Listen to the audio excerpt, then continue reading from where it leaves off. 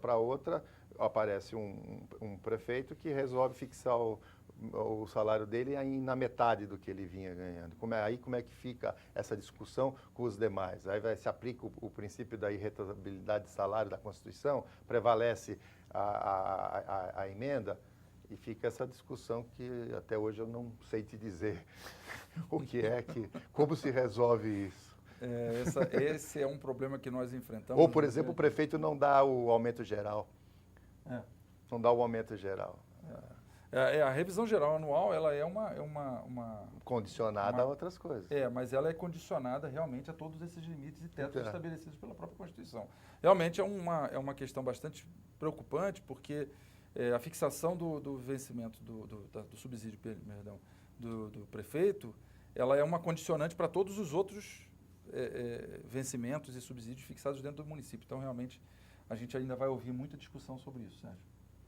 É só pôr uma tabelinha lá, ó, prefeito com 80 mil habitantes tem que ganhar tanto.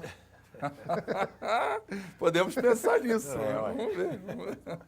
Bom, o limite da despesa com pessoal, né, aí já é um outro limite, né, esse já não está previsto diretamente na Constituição, ele está previsto na Lei de Responsabilidade Fiscal e já é mais corriqueiro, mais de amplo conhecimento de todos. Essa limitação, ela é em cima da receita corrente líquida, né? A base de cálculo é a receita corrente líquida. Então, acho interessante a gente dar uma verificada no que seria realmente essa base de cálculo. Então, o que seria receita corrente líquida? A receita corrente líquida é base de cálculo para despesa com pessoal, tanto do Executivo quanto do Legislativo, e ela é única. Ela é a mesma receita para os dois, tá? É a mesma base de cálculo para os dois, sendo que para o Executivo 54% é o limite máximo para gasto com pessoal e o Legislativo 6% é o máximo. Eu confesso que nas minhas idas e vindas pelos rincões aí do Estado, eu nunca observei uma Câmara que tenha atingido esse limite de 6%. Eu acho que é um limite bastante elevado e nós nunca tivemos a insatisfação de presenciar essa infringência. Mas é bom que a gente comente aqui. A análise dela é feita quadrimestralmente, né? E a despesa, de pessoal, ela segue o regime de competência, né? Como é que é feito esse cálculo da despesa, né? A despesa bruta, né? Então, vocês observem aqui, ó, nós temos pessoal ativo, ou seja, a remuneração de todos os componentes daquela administração, mais os encargos sociais, e as contribuições patronais recolhidas à Previdência, seja INSS, seja o regime próprio de Previdência. Agrega-se a essa despesa o pessoal inativo, aqui o inativo entra, né? Os pensionistas, outras despesas de pessoal que se referem aí à terceirização de mão de obra, que é aquilo que eu tinha falado, a substituição de mão de obra, nesse caso aqui ela é incluída, né? Então, essas são as despesas que efetivamente são incluídas no cálculo, né? E as despesas que não entram para esse cálculo são as indenizações por demissão ou incentivos à demissão voluntária, aquelas outras decorrentes de decisão judicial, normalmente de competências anteriores, despesas de exercícios anteriores e os inativos que são vinculados. Então, seriam aqueles que contribuem efetivamente para o Instituto de Previdência, o regime próprio de Previdência, né? Essa é uma questão também que também gera algumas polêmicas nos cálculos efetivos dentro do tribunal. Mas hoje eu posso garantir a vocês que as câmaras municipais pouco incorrem nessa despesa. Então, acho que não seria um grande problema. Ademais, ela está atrelada, o cálculo está atrelado aos cálculos também do Executivo. Que a receita corrente líquida ela é analisada tendo-se em conta a receita corrente do mês mais a receita corrente dos outros 11 meses. E quem faz a apuração é o Executivo, né? O Legislativo fica aí com a responsabilidade de não permitir que sejam ultrapassados esses limites. Então, essa questão é uma questão menos polêmica, eu acho. Bem, Alexandre, chegamos num ponto aqui que eu acho que vai interessar bastante aos colegas. Vamos falar agora, doutor Sidney, de despesas impróprias. Inclusive, eu tenho uma pergunta aqui, na verdade, porque assim, existem outras questões, né, tratando aí de despesas, que são observadas na fiscalização, que principalmente a essas falhas que estamos falando aí, que tem ensejado até reprovação de contas, quando não, até mesmo aplicação de multas ou restituição de valores, né, em cima ali do gestor, em cima do presidente da Câmara. E o que nós podemos falar sobre essas despesas impróprias? O que seria, do que se trata aí, o que nós podemos englobar nessas despesas impróprias? Despesas impróprias são despesas que são realizadas em desconformidade com a lei. Ponto. Né? Então, poderíamos encerrar a nossa conversa agora aqui. Basta colocar dessa forma. O problema é interpretar a lei. Coisa difícil. Principalmente quando se tem, de um lado, o aplicador, que somos nós, e do outro lado, o executor. Né? Então, assim, é de fato uma tarefa bastante hercúlea a gente chegar a denominadores comuns no entendimento. Né? Bom, mas despesas impróprias já foram temas, foi tema, na verdade, de muitos embates, de muitas discussões, e a gente pontuou aqui algumas falhas na realização de despesas que costumam trazer consequências sérias para a Câmara Municipal, né? Uma delas, aí, apresento para vocês, aí, é o fracionamento da despesa. O que é o fracionamento da despesa? É a realização de despesas durante todo o exercício fragmentadas, burlando a necessária submissão dessas despesas ao devido processo licitatório. Isso é uma das formas de se fragmentar essa despesa. E essa despesa, como o diagnóstico, né, que a gente faz, é exatamente o descumprimento das determinações previstas na Lei 866, que são que é a obrigatoriedade de submissão desses processos ao procedimento licitatório. Mas é interessante a gente notar que, pela experiência, até estava conversando com alguns colegas, que por que a gente costuma falar muito sobre a nossa experiência?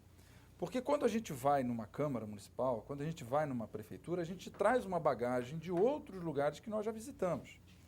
E é fato de que as visitas que nós fazemos são muitas vezes não esperadas e até nem sempre tão queridas assim. Até tem uma brincadeira que eu sempre faço, só para descontrair. Claro, fique à vontade. Que são as 3 grandes mentiras da fiscalização do Tribunal de Contas. A primeira mentira é quando a gente chega e fala assim, olha, tudo bem, aí a pessoa fala, olha, seja bem-vindo, você está sendo muito bem-vindo aqui, nós preparamos aqui para você ficar à vontade. Essa é a primeira. A segunda mentira é quando a gente chega e é bem recebido dessa forma, e, né, para valer essa receptividade, a gente fala, não, fique tranquilo, eu só vim aqui para ajudar. É a segunda grande mentira da fiscalização. A terceira grande mentira, e essa talvez seja a que mais chama a atenção, é que quando a gente vai embora e o camarada fala, vai com Deus, volte sempre. É a pior, né? Então, essa é uma brincadeira só, mas a verdade é que quando a gente chega lá no órgão para fazer a fiscalização, a gente percebe aquela rachadura que está ali. A gente sabe, olha lá aquela rachadura, está ali a rachadura. Ele não vai conseguir mostrar, mas tem uma rachadura ali. Quando a gente fala lá tem a rachadura, o cara fala assim, mas eu nunca vi essa rachadura. Ele nunca viu. Está lá. É a nossa casa, sabe na nossa casa, quando a gente observa lá? Então, eu passo tantas vezes debaixo da porta que eu não consigo perceber que está caindo aquela porta ali, vai cair um dia. Então, a pessoa que vem de fora nota essas dificuldades, essas falhas, que muitas vezes, pelo decorrer do tempo em que ela se encontra ali, acaba passando desapercebida por quem já está lá no local. Então, daí a necessidade da gente conversar sempre sobre essa questão da fragmentação da despesa, das despesas impróprias. Então, o que acontece normalmente, qual é a origem dessa fragmentação ou fracionamento indevido da despesa? A origem é a falta de planejamento, no mais das vezes. Né? Então, às vezes, o município ele não se prepara para realizar as suas despesas, acaba fazendo elas de modo atabalhoado, conforme a necessidade, vai surgindo a necessidade, vai se empenhando, vai surgindo a demanda, vai se gastando, sem se pensar em como deveria ser gasto, ou qual o procedimento que deve se adotar. Um exemplo clássico é a compra de material de escritório. Quanto que custa uma caneta? Muito barato. Mas quanto que custa 100 canetas? E vai comprando 100 canetas todo mês para você ver. Quando chegar no final, você ultrapassou o limite de R$8.000. E você caiu aí numa irregularidade, porque você contratou com a mesma empresa, para o mesmo objeto, durante todo o exercício. E acaba incorrendo nessa falha. Então é importante aí a gente ter isso em mão. Outra questão que pode também gerar esse fracionamento, pode originar esse fracionamento, é o repasse a menor de duodécimos. Então, a Câmara está preparada para receber um determinado valor, faz seus contratos, prepara os seus contratos e, quando vê, não recebe os duodécimos da forma como deveria ter recebido. Ou por um problema de arrecadação, ou por simplesmente questão de entrave político com o prefeito. E pode gerar, então, essa questão aí da não execução dos contratos e acabar tendo que fazer contratos emergenciais paralelos. E uma outra origem que pode acontecer é realmente a fuga deliberada da licitação. Isso aí já incorre, já está se incorrendo direto numa falha administrativa, né, direta. Né? E qual a consequência disso, Alexandre? A consequência disso, primeiro, em sendo verificada a irregularidade na realização da despesa com uma fragmentação indevida, o Tribunal de Contas vai, provavelmente, aplicar uma multa ao gestor por descumprimento da lei, está previsto lá no artigo 104 da Lei 709, 104, isso mesmo, da 709, e ele pode incorrer aí em multa. Além de multa, se verificando a má-fé ou se verificando aí que existe realmente um desvio de finalidade, pode até ser reprovada as contas do Legislativo. Então, há que se ter bastante atenção. E, em qualquer caso, reprovando ou não reprovando as contas, verificando fragmentação de despesa de forma indevida, essa matéria será levada ao conhecimento do Ministério Público para, a seu critério, ingressar aí com uma ação de improbidade administrativa com base na lei de improbidade administrativa, né? Enfim, essa é uma das situações. A outra questão é falha da licitação. Tem alguma coisa a comentar sobre isso? Não. A outra questão é sobre falha na licitação. E eu vou resumir as falhas na licitação, remetendo vocês aí às súmulas do Tribunal de Contas que estão dentro do nosso site, né? O site do Tribunal de Contas tem lá as suas súmulas, inclusive tem súmulas comentadas e tudo. E o que mais a gente percebe no dia a dia são editais restritivos, né? Que você observa que esses editais estão completamente direcionados a um ou outro fornecedor. Então, essa é uma questão bastante polêmica. A gente tem vários exemplos, várias situações, né? Eu já tive diante de situações bastante engraçadas em que o edital previa que a licitante deveria fazer uma visita à empresa anteriormente contratada para saber como que seria a realização do trabalho. Veja bem, só a empresa que já tinha sido contratada visitou ela mesma. Então, é uma cláusula editalícia completamente restritiva. Isso é um absurdo, né? Difícil de ser visto. Mas existem outras cláusulas restritivas, como, por exemplo, o pedido de laudo para fornecimento de um determinado produto, né? A dependência do fornecimento de um laudo fornecido por uma terceira pessoa, ela incorre numa quebra de uma das súmulas do Tribunal de Contas, né? Então, dependendo da situação, o tribunal pode se entender que essa cláusula é restritiva. Uma outra questão é a falta de modicidade, né? Seria essa falta de modicidade nos gastos com viagem aí oficial. Nós sabemos que existe a demanda. Normalmente o vereador gosta de vir a São Paulo. E aí ele vem a São Paulo e vem com uma comitiva. Normalmente ele vem com uma comitiva a São Paulo. Quando não, é o Tribunal de Contas. Quando vem para o Tribunal de Contas, aí não precisa ser comitiva. Mas quando vem para a Assembleia, normalmente ele vem com uma comitiva. Aí tem os encontros de vereadores também lá em Florianópolis, né, no resort que fica lá na Bahia. convidem-me. Né? Isso. Não, mas não, brincadeira à parte, Claro, é brincadeira. natural. Então a gente entende que as viagens são necessárias. Então não é a questão não está se a viagem é ou não necessária para aquele vereador. Tá? A gente entende que existe mesmo a demanda, até porque ele representa uma parte daquela comunidade, né? Ele representa que seja um bairro, mas ele representa uma população. Então ele realmente tem seus compromissos de viagem. O problema é o gasto que ele faz com essas viagens, né? Então, suponhamos aí o gasto levando família, levando, né, pessoas que não são ligadas à administração.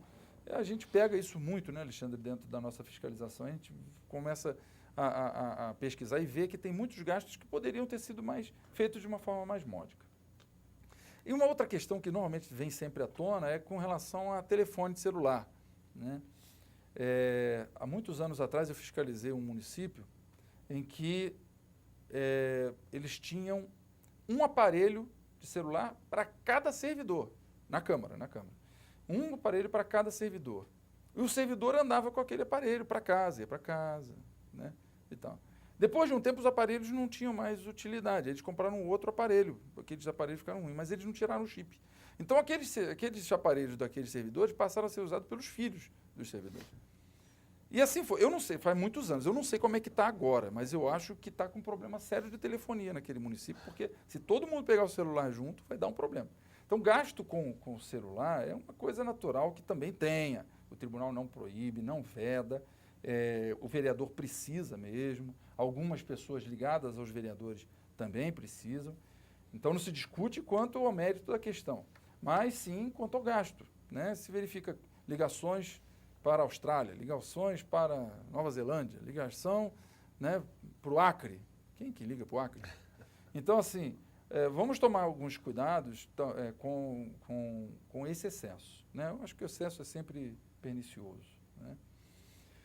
Uma outra questão também, e nós estamos quase acabando, mas uma outra questão aqui com relação à distribuição gratuita de produtos, equipamentos, alimentos, isso aí caracteriza assistência social, né? Então, assim, a distribuição de bens, a distribuição de valores, de equipamentos, isso é cabível tão somente à assistência social do Executivo, está voltado para o Executivo e não à Câmara.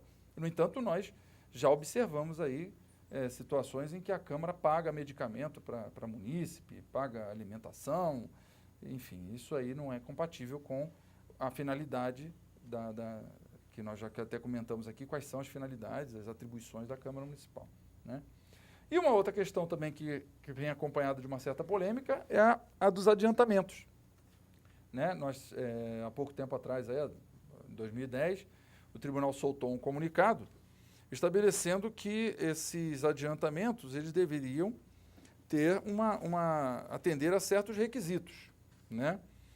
Então, quais seriam eles? O primeiro deles seria que deve ter uma autorização motivada. Eu estou aqui com a minha colinha aqui porque é bastante coisa. Então, a autorização motivada. Então, precisa o ordenador de despesa, no caso o presidente da Câmara, estabelecer qual a missão, identificar qual é a missão que vai ser realizada com o custeio desses adiantamentos que são concedidos, né? E também estabelecer quais são os participantes dessa missão. Importante isso.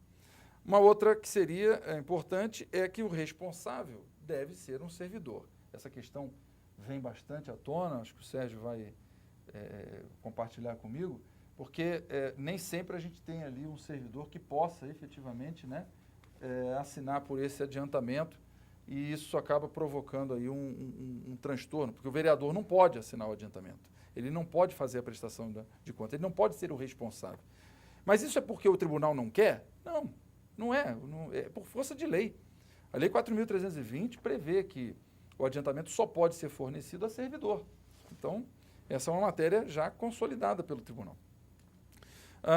Além disso, os comprovantes, né, os documentos que comprovam, têm que ser documentos originais e sem rasura, né? Isso é óbvio. Tem que se ter uma modicidade aqui nos gastos, né, atentando aí para o princípio da economia, princípio da moralidade, né? E a prestação de contas tem que ser aprovada pelo controle interno. Então, aqui eu chamo a atenção para a atuação do controle interno. Vou pegar só um gancho, já sei que já foi bastante conversado com vocês. A análise do controle interno da prestação de contas dos adiantamentos é uma coisa que nós não costumamos ver. Então, é importante que ele participe efetivamente da administração, certo, Sérgio? Não é uma figura decorativa e ele precisa efetivamente participar. O Sérgio estava comentando comigo há algum tempo atrás sobre uma situação em que ele identificou exatamente, não com relação a adiantamentos, mas com relação à devolução de valores, né, de duodécimos, de imposto de renda retido na fonte. Então, que são coisas que são bem apuradas pelo controle interno quando ele efetivamente é atuante, né, quando ele está atuando. Então, dentro dos adiantamentos aí, a participação do controle interno é fundamental. E aí é bom que a gente destaque que existe aí a deliberação do Tribunal de Contas, né, que é essa TCA 43.579.02608, que diz que a não devolução de valores, né, da Câmara, impugnados pelo Tribunal de Contas, podem gerar multas, né, podem gerar multa e o valor será recolhido pelo presidente da Câmara. Então, a responsabilidade sempre recai sobre o presidente, independente de quem tenha sido feito, de quem seja o responsável. Ainda que o responsável seja um servidor, a responsabilidade pela devolução é realmente do presidente da Câmara. Então, a não devolução pode gerar multas e até mesmo a impugnação das contas. Além, é claro, da matéria ser levada à PGE, né, que é a Procuradoria-Geral do Estado, para processar, porque essa decisão do tribunal forma um título executivo e de posse desse título pode-se ingressar com uma ação aí de recuperação de ativos, né? Então é importante deixar dessa forma bem clara que a responsabilidade recai mesmo sobre o gestor. E aí, doutor Sérgio, o que temos a dizer a respeito do assunto? Eu só gostaria de acrescentar só um detalhe, que eu acho que dentro dessa despesas impróprias, eu acho que o que mais a gente vê não é nem todos esses itens que sim, são importantíssimos, mas é a falta da execução contratual. O exemplo que o Sidney estava dando, assim, se você compra uma caneta a R$2, 100 canetas vão custar R$200. Mas o problema é que essas canetas sejam entregues. Porque muitas vezes você compra 50 canetas a R$1 e chega uma ou duas. Então, a execução contratual, que é muito importante, é onde que se combate a despesa imprópria. É você fazer um edital de limpeza, por exemplo, onde está totalmente detalhado de cima e embaixo o que a pessoa tem que fazer de manhã, de tarde, de noite, uma empresa ganha e não limpa nada. Ou é contratada uma empresa para fazer um determinado serviço, com um edital maravilhoso, não tem tendência nenhuma, é tudo dentro dos conformes, mas só que na hora da execução contratual ela não executa. E a execução contratual só vai ser combatida ou com a atuação do controle interno, que eu acho que vai demorar um pouco ainda, ou com a fiscalização concomitante. Porque a posteriori não adianta nada. Já aconteceu. A rachadura que ele citou lá já era. Já caiu o prédio. Já foi. Entendeu? O prédio caiu. Então, eu acho que nesse aspecto de despesa imprópria, o esforço do tribunal seria em cima da execução contratual. Com relação a essa questão da execução contratual, só para a gente finalizar, o acompanhamento da execução contratual, pessoal, deve ser feito pelo responsável do órgão, tá? Deve ser feito pelo gestor, no caso, o presidente da Câmara. Ele não tem braços para tudo isso. Então, para isso mesmo, ele deve ter lá o seu corpo, né, efetivo, ou seja, um assessor que responda como pela gerência dos contratos firmados dentro da Câmara. Se a Câmara é menor, tem menor dimensão, ele pode ter lá um dos servidores da Câmara que vai fazer o acompanhamento dessa execução, mas é de suma importância. O acompanhamento do Sérgio, a colocação do Sérgio foi excelente, porque é isso mesmo, né? No mais das vezes, o que acontece é que quando a gente vai lá para verificar a execução, ela não existe. Nesse caso que ele acabou de falar, eram contratados 4 faxineiros, quando a fiscalização vai lá, tem 1 faxineiro. Né? Então, peraí, mas cadê os demais? Né? Então, assim, o contrato está lá, tem que ser cumprido. E quem vai exigir o cumprimento dele é o gestor público, né? Mas eu atrelava também essa nossa conversa aí a restituição de valores, né? É muito preocupante, e aí eu chamo a atenção dos colegas que estão aí, principalmente aqueles que trabalham na área da tesouraria, contabilidade. É importante que vocês deem bastante atenção ao desmembramento financeiro das devoluções da Câmara ao Executivo. Sabe por quê?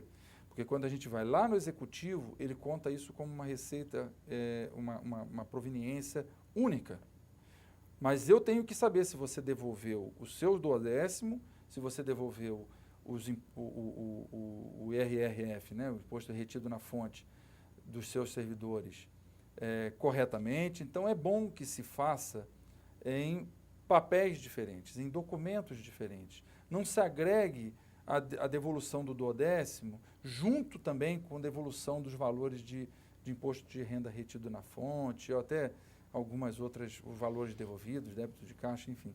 Então, assim, todas essas consignações, todos esses valores, é importante que sejam devolvidos e bem detalhados.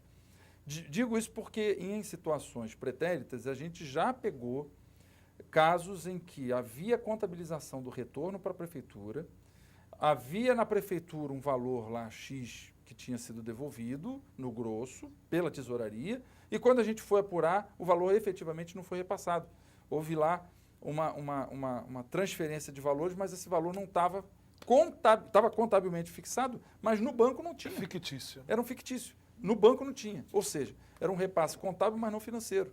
E de valores pequenos, que são passados mês a mês. Quando chega lá no final, dá um valor maior. Então, tomar bastante cuidado. Às vezes, nesse caso, não foi de má fé. Eu sei que não foi de má fé, fui eu que fiscalizei.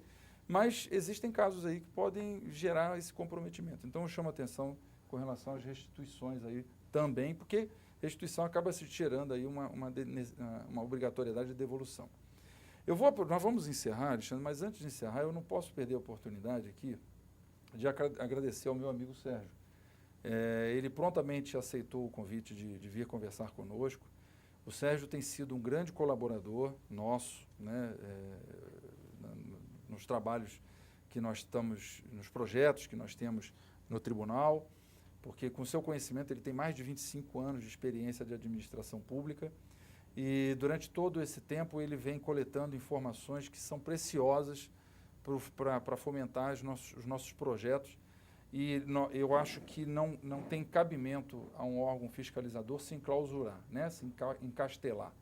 Então, quando a gente se fecha para esse tipo de conhecimento, para esse tipo de experiência, essa bagagem que possui um profissional da estirpe do Sérgio Burgui, nós acabamos perdendo a conexão com a realidade. Então, a verdade é que nós, no tribunal, estamos bastante preocupados em ouvir vocês. Eu acho que é esse que é o nosso próximo passo, ouvir vocês. Exatamente. Inclusive, eu quero agradecer ao Sérgio e o senhor também, doutor Sidney, que prontamente se prontificou a estar aqui conosco quando do nosso convite, né, para a realização desse curso aqui, até nos ajudou na elaboração dos temas ali que seriam tratados, mas muito obrigado, de coração meu, e falo também pelo Hélio, que esteve aqui conosco na aula passada e que nos ajudou na elaboração do curso. E nós vamos fazer o seguinte, com muito mais a dizer, porém, o tempo, as horas não nos esperam mais, nós vamos dar um intervalozinho de 3 minutos, 5 minutinhos aqui, é rápido, não dá tempo, é aquilo que eu digo sempre, nem de ir ao banheiro. Se for, não vai dar tempo de lavar a mão. Então, nem vá. Fique aí, você vai debater o tema com o pessoal, prepare a pergunta. Vai ser um intervalo técnico. Em 5 minutos nós voltamos com as suas perguntas, com a sua participação. Hoje nós vamos ter um tempo maior para interação. Já tenho aqui 2 folhas de perguntas, cheio de perguntas aqui na minha mão. Estão chegando mais, você pode continuar mandando pelo fundap.vc@fundap.sp.gov.br e nós vamos tentar atender todo mundo aqui hoje. Se não der tempo, nós atendemos depois pelos canais de comunicação, tá bom? Nós vamos a um breve, mas breve mesmo intervalo e já já estamos de volta. Até mais.